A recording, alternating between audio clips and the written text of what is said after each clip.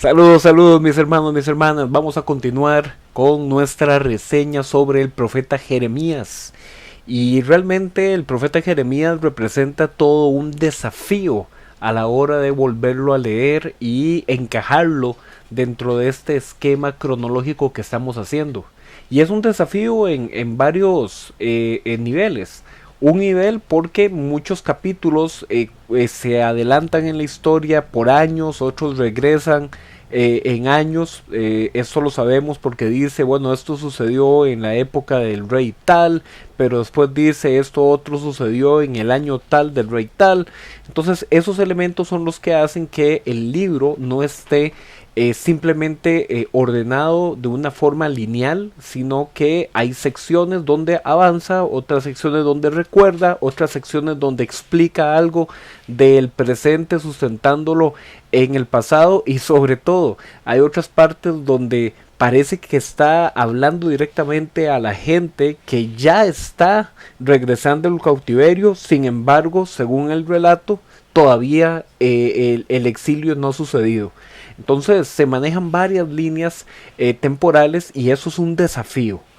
Pero más allá de todo ese desafío con el tema de dónde situar los capítulos, tenemos que centrarnos en algo. ¿Qué es lo que el texto me comunica? ¿Cuál es esa idea central?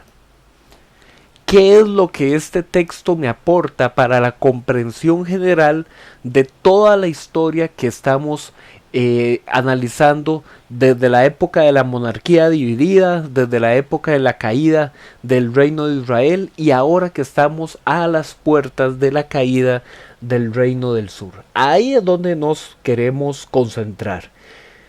Entonces, si de alguna forma usted leyendo estos capítulos o los capítulos que siguen para la siguiente semana, usted siente como, bueno, pero ¿dónde estamos ubicados? ¿Aquí el profeta está recordando, el profeta está anunciando el futuro o está pensando en su presente?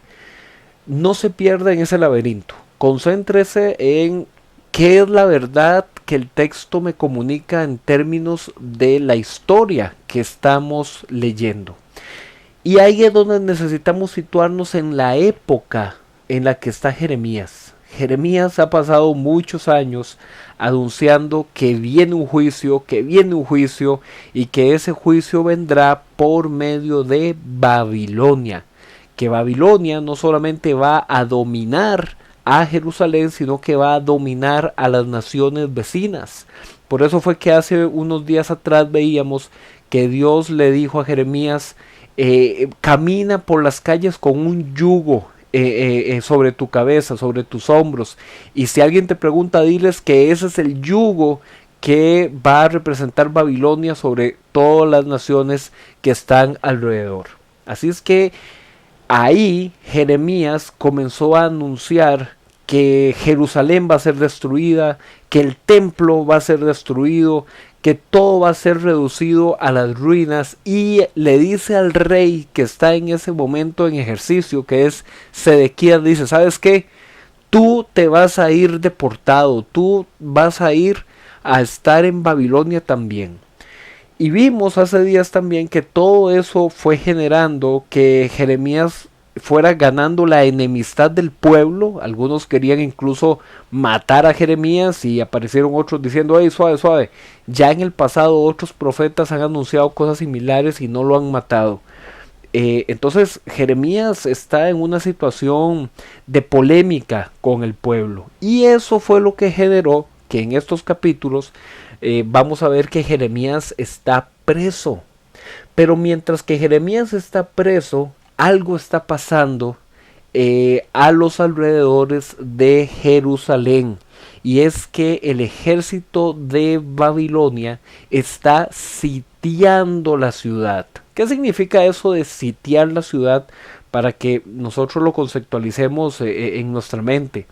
No significa que nos están atacando de una vez, que están ahí sus guerreros derribando las puertas y las murallas para entrar a la ciudad.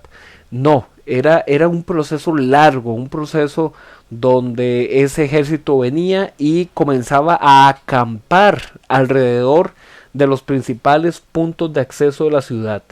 Con el paso del tiempo comenzaban a construir rampas para poder atacar después con ventaja y tener acceso a los puntos más importantes y estratégicos de las murallas y de la ciudad. Cortaban también el intercambio comercial, de tal modo que forzaban que la gente se rindiera porque se comenzaban a quedar sin comida. Entonces sitiar una ciudad llevaba mucho esfuerzo. Y este sitio o esta época en que está siendo sitiada Jerusalén fue incluso una época de hasta 2 años, entre el año 588 y el año 587 antes de Cristo.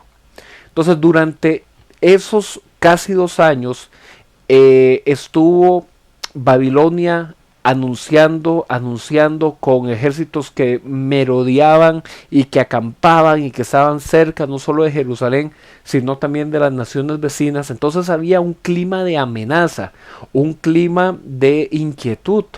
Ahí Jeremías, estando entonces preso, todavía sigue diciendo: ¿sabes qué, Sedequías? Tú vas a ser capturado, esta ciudad va a ser quemada, todo va a quedar en ruinas y tú vas a ser deportado. Y ahí también sucede algo sumamente extraño. Jeremías recibe la orden de parte de Dios de comprar un terreno. Así, o sea, después de que ha anunciado que la ciudad va a ser destruida, que Babilonia va a llegar y que va a dominar toda la región, llega Dios y le dice: cómprate un terreno. Suena extraño, ¿no? O sea, Señor, ¿por qué voy a ir a comprar un terreno si más bien tengo aquí años de anunciar que la ciudad va a caer, que el pueblo va a caer, que vamos a ser deportados? Pero aquí es donde viene lo sumamente interesante de este gesto profético, esta acción profética que Dios envía a Jeremías. Porque era una forma de decirle: Jeremías, compra ese terreno, compra ese pedazo de tierra en el lugar de donde tú procedes, que es Ananot, para que la gente sepa que llegará un momento de restauración en el futuro, donde se volverán a comprar los terrenos, donde ellos volverán a edificar casas. Y entonces esto era una acción que tenía un simbolismo. Hey, el juicio no va a ser definitivo, el juicio no va a ser para siempre, no vamos a ser totalmente destruidos, va a llegar un momento en que regresaremos. Entonces Jeremías aprovecha todo esto, incluso le presenta a su secretario las actas de compra, en donde se ve la escritura de que ahora ese terreno le pertenece a Jeremías. Bueno, y aquí aparece este personaje sumamente interesante del secretario de Jeremías. Se llamaba Baruch.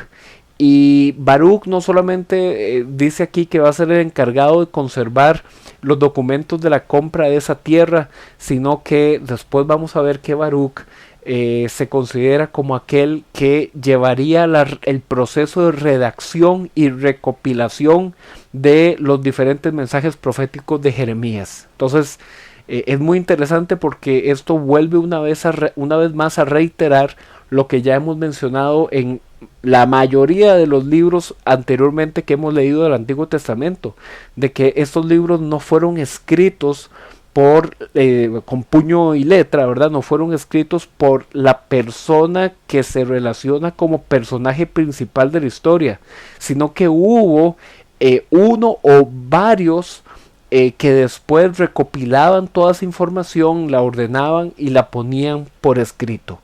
En el caso de Jeremías, se considera que ese fue Baruch.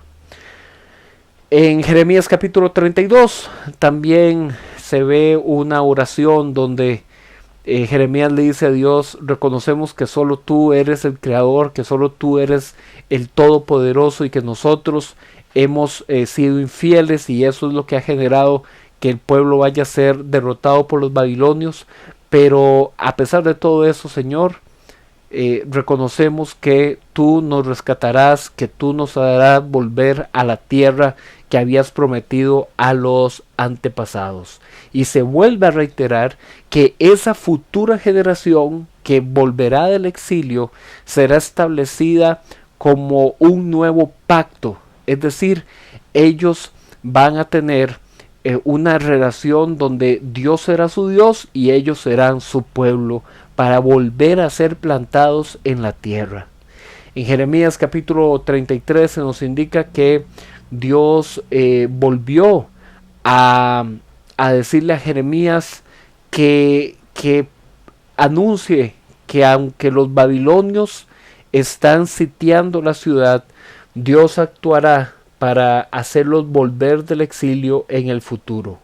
Y dice que en aquellos días, es decir, cuando regresen del cautiverio, brotará un renuevo de David. Esta expresión, un renuevo de David o un retoño de David, que practicará la justicia y el derecho y hará que Jerusalén tenga paz y justicia, es una alusión a que el reinado de la dinastía de David se conservará aún en ese futuro de la generación que regresará del cautiverio.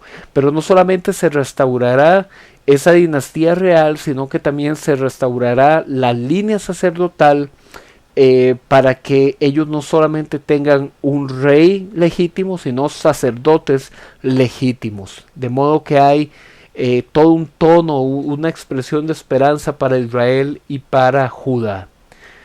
En Jeremías capítulo 34, ahora Dios una vez más le dice a Jeremías: dile a Sedequías, es decir al rey, que mientras las ciudades vecinas de Jerusalén están siendo atacadas por los babilonios, le recuerdes que Jerusalén será quemada y que no podrá escapar de ser él también capturado y deportado. Cuando parece que ya los babilonios van a tomar la posesión de Jerusalén, el rey Sedequías junto con sus principales oficiales pretenden hacer una liberación general de todos los esclavos hebreos que tenían, y esto era una forma de recordar lo que se había anunciado desde los libros de Levítico y Deuteronomio, de que cada cantidad de años los esclavos tenían que ser liberados. Pero se volvió a recordar que este pueblo desde el principio no lo había hecho, y ahora que los babilonios dejaron de atacar y que se retiraron de forma temporal de sitiar la ciudad, entonces ¿qué hizo el rey y qué hicieron sus oficiales? Detuvieron la orden de la liberación de esclavos. Esto es un ejemplo muy interesante. Ellos querían hacer justicia delante de Dios. Liberemos los esclavos, porque es una forma de decir: a lo mejor si liberamos los esclavos, Dios nos va a perdonar, Dios nos va a ayudar y no vamos a ser destruidos. Y cuando parece que efectivamente se está cumpliendo de que el ejército enemigo se retira, entonces ¿qué hacen ellos? Regresemos otra vez a tomar esclavos. Entonces ese acto de un falso arrepentimiento, una falsa justicia, es lo que también después va a desencadenar en que los babilonios vengan y acaben con la ciudad y acaben con el templo del rey. Son capítulos muy, muy duros, donde por un lado hay promesas de que vendrá un renuevo procedente de David, de que vendrá un remanente fiel a vivir un nuevo pacto, pero también por otro lado se da la explotación de estos esclavos, y lo que significa es que ni Judá ni sus gobernantes han entendido que ellos tienen que arrepentirse de todo corazón. Bueno, de esta manera cerramos esta semana. Mañana continuamos más con el profeta Jeremías. Nos vemos.